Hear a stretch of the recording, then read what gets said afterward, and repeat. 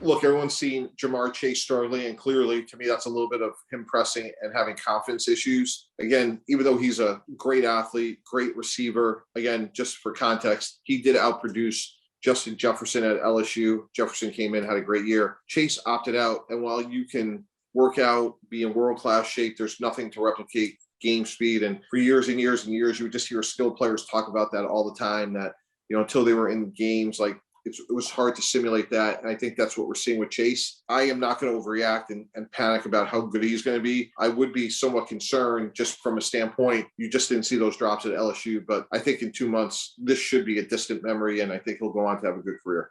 Yeah, and I fundamentally agree with the projection you're making. People have to remember there are two categories of wide receivers that make a difference in the NFL. One are guys that have really quick feet and create separation and give the quarterback a great target and can do so on a pretty consistent basis. That's not Chase. He's not going to be successful in that group. The second group are guys that are big and strong and know how to use their body to wall off defenders, have an accurate quarterback and can throw the ball in their chest so that the defender has to either come through you or you get a clear shot to catch the ball. That's where he was so effective. That and these little quick routes, these quick slants, these things where, again, he's using his body size and strength to be effective. And I agree with Mike. I'll be surprised if he doesn't turn out to be a good player. But since he isn't that quick-footed, creating instant separation type of guy, they're going to have to get used to throwing the ball to him when it looks like he may be more covered than most people. But he's going to be able to use his body and his strength and his hands, which we know are good, even though they haven't looked good in the preseason. That's not something you can manufacture. So I tend to think that the same thing.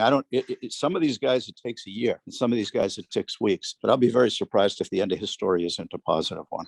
And just one thing I'd like to add to Joe's point, I've been in plenty of meetings like the night before where it was very clear that if we were in the Cincinnati coaching staff meeting, they were saying, hey, let's get Burrow in and let him get in there with Chase. Let's get him a completion, and then let's get them out so they have some confidence. And that would be a concern. Like, that was a scripted play where you have Joe Burrow throwing it to Jamar Chase. They are the cornerstones of that offense, hopefully for them for the next 10 years. And Chase dropped it. That has to leave a bad taste in their mouth. So I thought that was a good plan by Zach Taylor and the offense. And obviously it was just a disappointing result.